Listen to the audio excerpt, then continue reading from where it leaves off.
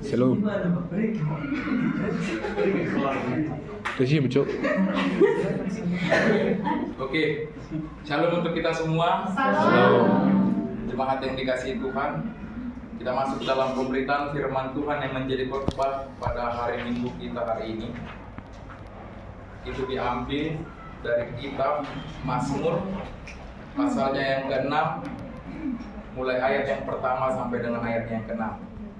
Saya akan membacakan untuk kita semua. Lembaga Alkitab Indonesia memberikan judul Jalan Orang Benar dan Jalan Orang Fasik. Tetapi yang kesukaannya ialah Taurat Tuhan, dan yang merenungkan Taurat itu siang dan malam. Demikian pembacaan firman Tuhan. Saudara-saudari yang dikasihi dalam Kristus Yesus, saya pernah membaca tulisan yang mengatakan kebahagiaan tidak terletak pada harta. Kebahagiaan tidak juga terletak pada penampilan diri dan juga keindahan dunia. Namun kebahagiaan terletak pada hati dan jiwa kepada Yesus Kristus sebagai yang dipercayainya. Mungkin saya pribadi setuju dengan kalimat tersebut yang terkandung di dalam tulisan itu. Namun saya tidak bisa memaksakan saudara sekalian sependapat dengan saya. Karena di mana semua orang memiliki nilai atau memiliki standarnya masing-masing terkait kebahagiaan itu sendiri. Seperti contoh, jika seseorang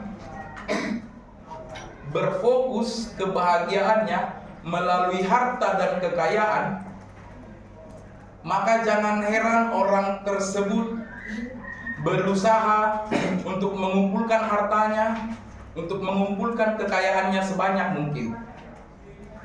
Berbagai cara yang dilakukan dibenarkan karena pada dasarnya orang tersebut berfokus bahwa bahagia menurutnya yaitu harta dan kekayaan. Yang kedua, jika seseorang berfokus bahwa kebahagiaannya timbul dari dalam penampilan dirinya, maka kita tidak heran bahwa seseorang akan hidup lebih mewah, akan hidup lebih indah, bahkan barang-barang yang bermerek atau pakaian yang digunakannya itu sangatlah mahal. Karena dia menilai jika dia memiliki penampilan dirinya lebih di atas seseorang, maka akan timbul kebahagiaan dari dalam dirinya. Dan yang ketiga, jika seseorang berfokus atau mengatakan kebahagiaan berasal dari kesederhanaan, nah ini yang mungkin beda dari antara orang lain. Inilah salah satu perbedaan dari yang lain. Seseorang kalau berpandangan bahagia atas kesederhanaannya, maka dia tidak akan pusing untuk menjalani hidupnya. Bahkan sekalipun pakaian atau baju yang digunakannya bermerek monca, dia tidak sengsara, dia tidak menderita. Karena baginya, walaupun dia hidup sederhana, kebahagiaan akan menghampiri dirinya. Lalu jemaat Tuhan yang dikasihi, sekarang menjadi pertanyaan di dalam diri kita pribadi. Apa yang membuat kita merasa bahagia? Ya, saya yakin melalui pertanyaan ini banyak pendapat, banyak jawaban terkait kebahagiaan itu. Ada yang mengatakan saya bahagia karena saya mempunyai HP baru, karena saya mempunyai baju baru. Ada juga yang mengatakan saya bahagia karena saya baru mendapatkan pacar. Dan ada yang paling sederhana, saya berbahagia karena saya selfie. Mungkin ini biasanya di kaum perempuan, ya kan? Dia selfie lalu dia mengupload ke sosial medianya dengan kata-kata jangan lupa bahagia. Berarti yang mau dikatakan di dalam itu, seseorang bisa bahagia karena dia dapat selfie dan menguploadnya di akun sosial medianya. Tetapi yang perlu kita ingat, jemaat yang dikasihi Tuhan, kebahagiaan yang datang dari dunia, kebahagiaan yang timbul atau yang dibuat oleh manusia melalui hartanya, melalui kekayaannya, itu tentu kebahagiaan yang bersifat sementara, yang akan lambat laun hilang, tertiup angin, atau biasanya yang dengan simpelnya bisa kita contohkan sebagai emas yang imitasi. Ketika kita ingin membelinya, pertama kita lihat, emas ini sangatlah cantik, emas ini bagus. Tetapi ketika kita sudah membelinya dan kita pakai, ketika emas itu dilanda atau terkena keringat, parfum, dan yang lainnya, maka kecantikan atau kebagusan dari emas itu akan pudar, akan hilang. Beda dari emas yang asli. Apapun yang mengena terhadap emas tersebut, dia akan tetap terlihat baik, dia akan tetap terlihat bagus dan ada nilai jualnya. Nah, dari perumpamaan itulah diibaratkan kita harus menjadi emas yang asli, yang hidup dengan kebahagiaan orang benar.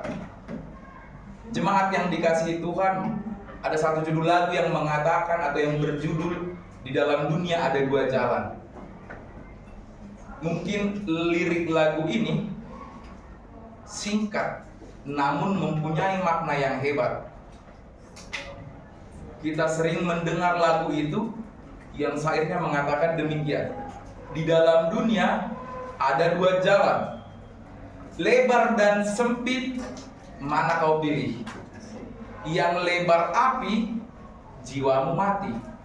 Tapi yang sempit, Tuhan berkati. Pada umumnya ketika kita diperhadapkan oleh salah satu pilihan antara lebar dan sempit, maka kita akan menjawab, kita akan memilih yang lebar, walaupun kita belum mengetahui tantangan atau cobaan apa yang akan kita hadapi ketika kita melewati jalan lebar itu. Kitab Mazmur ini yang menjadi bahan khotbah kita pada hari ini, itu merupakan mazmur pengajaran tentang orang yang benar dan yang jahat, tentang berkat dan kutuk, hidup dan mati. Secara khusus Mazmur pasal 1 ini memuat inti pengajaran dari seluruh kitab Mazmur, terkhususnya tentang akal. Dan Mazmur ini juga membimbing setiap orang yang percaya untuk menghindari jalan yang berujung kesengsaraan, untuk menghindari jalan yang berujung kehancuran. Teman-teman yang dikasihi Tuhan, untuk kita mengetahui bagaimana sebenarnya antara orang fasik dan orang yang benar, saya ada salah satu cerita. Dua orang di kota lain, mungkin bisa kita katakan di Karawang. Orang berdua ini mereka memiliki tujuan yang mengatakan bahwa mereka akan membuka usaha. Kita katakanlah yang dua orang ini, satu si Samuel, satu si Fransiskus.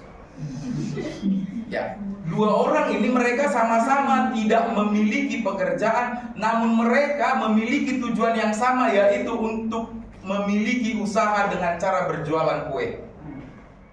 Tidak lama mereka membuka toko kue itu dengan jarak yang tidak begitu jauh dari antara si Samuel dan si Fransiskus. Namun hari berganti hari, waktu berganti waktu, mereka melihat bahwasannya dagangan mereka tidak berkembang. Dari mereka membuka usaha, mereka berpikir bahwasannya Semua orang belum mengetahui apa yang saya jual. Semua orang belum mengetahui kualitas barang yang saya jual, kualitas kue yang saya jual. Dengan hal itu, si Fransiskus gerah dengan keadaan. Karena dia melihat sebelum mereka berdua ternyata sudah ada toko kue sebelumnya dibuka di tempat itu dan ramai pelanggannya. Dengan keadaan itu si Fransiskus gerah. Maka dia berpikir untuk melakukan sesuatu agar pelanggan yang di toko kue tadi itu berbalik arah untuk menjadi pelanggannya. Si Fransiskus ini melakukan dengan cara dia memberitakan berita-berita yang tidak benar atau memberitakan berita hoax, menjelek-jelekkan pedagang lain dengan harapan agar pembeli datang kepadanya dan menjadi pelanggannya. Dan yang membedakan antara si Samuel dengan si Fransiskus ini mempunyai jalan yang berbeda. Dia tidak mengikuti cara atau jalan si Fransiskus. Si Samuel ini berpikir, si Samuel ini berusaha bagaimana agar tokonya itu ramai dengan pelajaran-pelajaran yang didapat olehnya selama dia berjualan. Dengan marketing yang dia perbaiki, dengan manajemen yang dia baguskan, maka si Samuel ini menjadi pengusaha yang sukses. Sedangkan si Fransiskus ini, apa yang dia alami, justru dia gagal terhadap usahanya. Saudara yang dikasihi Tuhan, kedua pedagang ini yang sama-sama merintis merupakan salah satu contoh bagi kita agar kita mengetahui bagaimana sebenarnya perbedaan orang yang benar dan yang fasik. Orang yang benar dan orang yang fasik, mereka memiliki dosa dan ketidakmampuan yang sama. Hanya saja yang membedakan, orang benar ini ketika dia mengetahui dosa dan ketidakmampuannya, dia terus belajar, dia terus berusaha mengembangkan dirinya. Dia terus berjalan sesuai dengan kehendak Tuhan, sesuai dengan Taurat Tuhan. Sedangkan orang fasik ini ketika dia mengetahui bahwa dia orang yang berdosa, dia terus melakukannya. Dan dia jatuh terhadap kefasikannya. Jemaat Tuhan, pada nats ini, kenapa dikatakan orang benar itu berbahagia atau orang yang berbahagia itu adalah orang yang benar? Yang pertama yang mau dikatakan di sini adalah orang benar itu berbahagia karena menyukai dan merenungkan Taurat Tuhan siang dan malam. Firman atau Taurat Tuhan ini menjadi landasan bagi kita, ini menjadi dasar satu-satunya bagi kita untuk menjalani kehidupan kita. Dan yang kedua, orang benar berbahagia karena Allah mengenal jalan orang benar. Jelas dikatakan di ayat 6, sebab Tuhan mengenal jalan orang yang benar, tetapi jalan orang fasik menuju kebinasaan. Ini menyatakan bahwa jalan orang yang benar tidak sia-sia, sebab jalan orang benar ialah jalan yang sudah diperkenalkan Tuhan kepada umatnya. Tetapi sebaliknya, jalan orang yang fasik menuju kebinasaan. Teman-teman yang terkasih dalam Kristus Yesus, melalui khotbah ini kita diajak untuk merenungkan di dalam kehidupan kita. Yang pertama, apakah kebahagiaan yang kita damba-dambakan atau yang kita cita-citakan itu adalah kebahagiaan yang sejati? Perlu kita ketahui, kebahagiaan yang sejati dan yang kekal itu hanya di dalam kebenaran yang daripada Allah, bukan di jalan orang fasik. Yang kedua, kebahagiaan kita yang sempurna bahwasannya kita telah berdamai dengan Tuhan melalui kebangkitan Kristus dan kematiannya.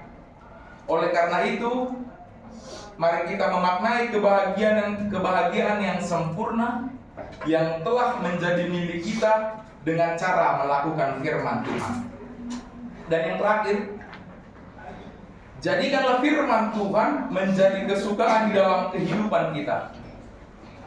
Ketika kita semakin merenungkan firman Tuhan di dalam kehidupan kita, maka kita akan semakin menyukai kebenaran. Dan dengan firman Tuhan itu, maka hati kita dapat dipenuhi. Seperti lagu yang ada pada buku nyanyian HKBP nomor 826 yang berjudul dengan firman di memori.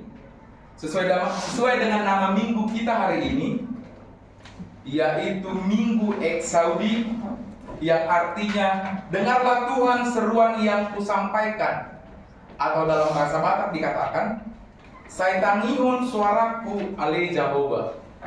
Ketika kita dapat hidup di jalan yang Tuhan inginkan melalui Tauratnya, melalui firman-Nya, maka di situ juga Tuhan akan mendengarkan setiap seruan yang kita berikan kepadanya. Marilah kita merenungkan dan mengimani firman kita pada hari ini. Diberkatilah orang yang senantiasa berbahagia di jalan yang benar. Amin. Oke, terima kasih semua.